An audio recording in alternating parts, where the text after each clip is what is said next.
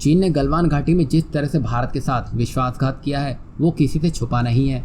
चीन ने न केवल भारत में बल्कि उसके अन्य पड़ोसी देशों के खिलाफ युद्ध जैसी स्थिति पैदा कर दी है। यहाँ भारत से तो चीन उलझ ही रहा है, इसी के साथ वो दक्षिण चीन सागर के अलावा जापान और ताइवान के क्षेत्र को भी जब्त करने में लगा हुआ है। तभी जापान को भी ये आभास हो चुका है कि चीन भारत से तनाव बढ़ाते हुए वो अपनी विस्तारवादी नीति को अंजाम दे रहा है।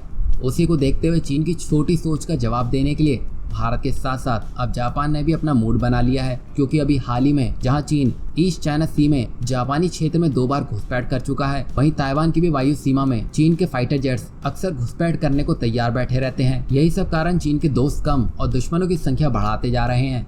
तभी तो समुद्र से लेकर जमीनी सीमा तक चीन के सभी देशों के साथ 36 के आंकड़े बैठते जा रहे हैं। यहाँ पर अगर पाकिस्तान और उत्तर कोरिया को छोड़ दे तो चीन की गंदी निगाहें हर पड़ोसी देश पर टिकी हुई हैं और चीन के सभी पड़ोसी उसकी विस्तारवादी नीति से नाराज रहते हैं।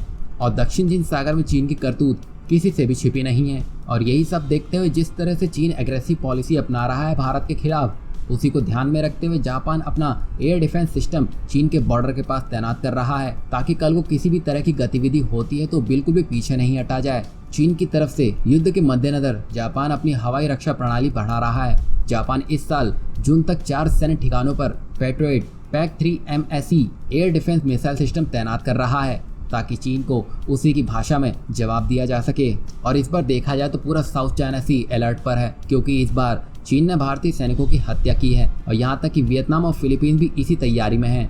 यानी कि पूरे एशिया में जो भी चीन के पड़ोसी हैं वो अपनी अपनी तैयारियां कर रहे हैं, क्योंकि आज जो भारत के साथ हुआ है वो कल किसी और पड़ोसी देश के साथ भी हो सकता है। यहाँ जापान ने एयर डिफेंस सिस्टम तैनात करके ये साफ बता दिया है कि जापान बात नहीं करेगा, वो सीधा वार करेगा। वहीं दूसरी बड़ी खबर अमेरिका से निकल कर आ रही है, जहाँ अमेरिका भारत के समर्थन में आ गया है। अमेरिका के विदेश मंत्री माइक पोम्पियो ने शुक्रवार को कहा है कि पीपल्स लिबरेशन आर्मी यानी कि PLA ने भारत में यानी कि दुनिया के सबसे लोकप्रिय लोकतंत्र में सीमा पर तनाव बढ़ाया है। उन्होंने कहा है कि CCP का सिर्फ अपने पड़ोस में ही दुष्ट रवैया नहीं है। अगर ऐसा होता तो अमेरिका इसके बारे में अलग तरह से सोचता। उन्होंने कहा है कि चीन सभी को प्रभावित कर रहा है।